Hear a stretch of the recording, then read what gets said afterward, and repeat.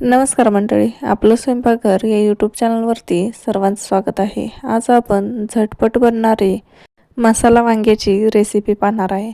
त्यासाठी मी अशा पद्धतीनं वांग कट करून घेतलेलं आहे. साईडचे देठ काढून घ्यायचं आणि पाठीमागील देखील अर्धा देठ काढून घ्यायचा आणि एका वांग्याचे 4 भागामध्ये असं कट करून घ्यायचं. मसाला वांगी बनवण्यासाठी इथे कोवळी वांगी मी घेतलेली आहेत. आता एका वांग्याचे असे 4 भाग कट करून घेतलेले आहेत. वांग अजिबात कुठं किडकं आहे की नाही हे पहिल्यांदा चेक करून घ्यायचं. त्यानंतर चिरलेली वांगी मी एका वाटीमध्ये पाणी घेतलेलं आहे. त्या पाण्यामध्ये वांगी कट करून ठेवायचे आहेत, जेणेकरून आपली ही वांगी काळी पडणार नाहीत. याच पद्धतीनं मी सर्व वांगी इथे चिरून घेतलेली आहेत. इथे मी 5 वांगी कट करून घेतलेली आहेत. त्यानंतर आता या वांग्यासाठी लागणारा आपण मसाला त्यासाठी वाटण तयार करणार आहे. तर एक मोठा चमचा मी ते धणे कढईमध्ये घेतलेले आहेत. 1 चमचा जिरे ते थोडेसे भाजून घ्यायचे आहेत. याचा खमंग असा वास आला की याच्यामध्ये 1 मोठा चमचा तीळ देखील भाजून घ्यायचा आहे. तीळ देखील थोडेसे तडतडायला लागले की आपण हे साईडला काढून घ्यायचं आहे. अशा पद्धतीनं आपलं तीळ देखील इथं भाजलेलं आहे. हे आता आपण एका प्लेटमध्ये काढून घ्यायचं आहे. यानंतर याच कढईमध्ये मी अर्धी वाटी शेंगदाणे घेतलेले आहेत. शेंगदाणे देखील थोडेसे भाजून घ्यायचे. शेंगदाण्याचा थोडासा कलर चेंज झाला की याच्यामध्ये आपण कट करून घेतलेलं खोबरं भाजून घ्यायचं आहे. इथं शेंगदाण्याचा थोडासा कलर चेंज होईपर्यंत मी भाजून घेतलेले आहेत. याच्यामध्येच अर्धी वाटी कट केलेलं सुकं खोबरं घेतलेलं आहे. ते देखील आता या शेंगदाण्यासोबत भाजून घ्यायचं आहे. आता शेंगदाणं पूर्ण भाजेपर्यंत त्याच्यासोबत ते खोबरं भाजायचं. इथे आपलं शेंगदाणा आणि खोबरं देखील भाजून झालेलं आहे. जास्त शेंगदाणा आणि खोबरं करपू द्यायचं नाही, नाहीतर मसाला काळपट होतो. आता हे भाजून घेतलेले सर्व मसाले आपण मिक्सरला फिरवून घेणार आहे. आता याच्यामध्ये मी 5 ते 6 लसूण पाकळ्या घेतलेल्या आहेत आणि त्यानंतर कोथिंबीरीच्या काही काड्या घेतलेल्या आहेत. हे आता आपण पाणी न घालता मिक्सरला फिरवून घ्यायचं आहे. अशा पद्धतीनं हे असं आपलं मिक्सरला फिरवून वाटण तयार झालेलं आहे. ते आता आपण एका प्लेटमध्ये काढून घ्यायचं.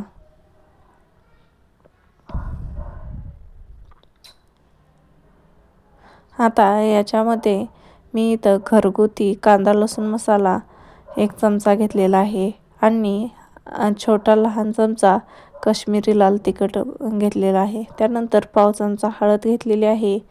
चवीनुसार मीठ घेतलेलं आहे. आता याच्यामध्ये थोडं थोडं असं पाणी घालून हे वाटण आपल्याला ओलसर असं बनवायचं आहे.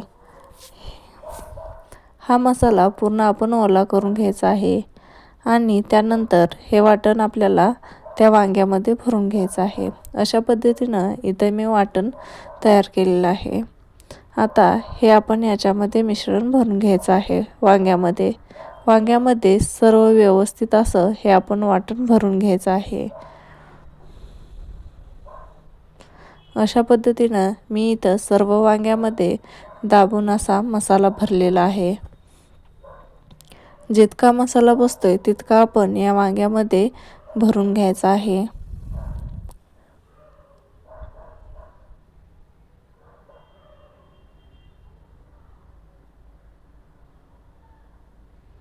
आता इथं मी सर्व वांग्यामध्ये मसाला भरून घेतलेला आहे आणि काही मसाला शिल्लक राहिलेला आहे. त्यानंतर मी गॅसवरती कुकर गरम करायला ठेवला होता आणि त्याच्यामध्ये 1.5 पळी तेल घेतलेलं आहे. आता त्यानंतर त्याच्यामध्ये अर्धा चमचा मोहरी घालायची. मोहरी व्यवस्थित तडतडली की अर्धा चमचा जिरे घालायचे. जिरे देखील तडतडले की आपण जे भरून घेतलेली वांगी होती ते या तेलामध्ये घालायचे आहेत. आता सर्व वांगी या तेलामध्ये मी इथं घातलेली आहेत. आता याच तेलामध्ये 1 मिनिटभर अशीच परतून घ्यायचे आहेत. हे वांगी 1 मिनिटभर परतली की आपला जो सुरुवातीला राहिलेला वांग्यातला मसाला होता ते देखील याच्यामध्ये आता घालून घ्यायचा आहे. हे इथं मी राहिलेला मसाला याच्यामध्ये घातलेला आहे. आता हा देखील मसाला जो आहे म्हणजे जे वाटण आहे ते यामध्ये व्यवस्थित असं परतून घ्यायचं आहे.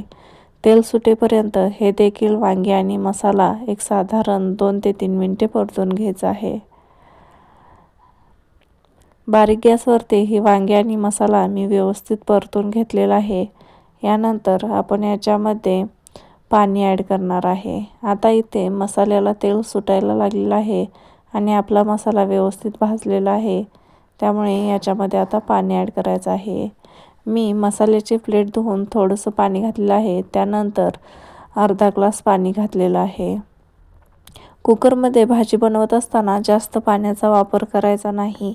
कुकरमध्ये भाजी बनवत असताना आपल्याला भाजीमध्ये जितका रस्सा हवा आहे तितकंच पाणी घालायचं.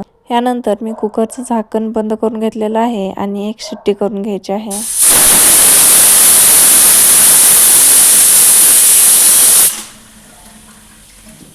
आणि कुकरची दुसरी शिट्टी होण्या अगोदर गॅस बंद करून घ्यायचा आहे. त्यानंतर कुकर मी इथे पूर्णपणे थंड करून घेतलेला आहे. तर तुम्ही बघू शकता कुकरच्या एका शिट्टीमध्येच आपली ही वांग्याची भाजी तयार झालेली आहे. तर आता ही भाजी आपण एकदा पळीने व्यवस्थित मिक्स करून घेऊया.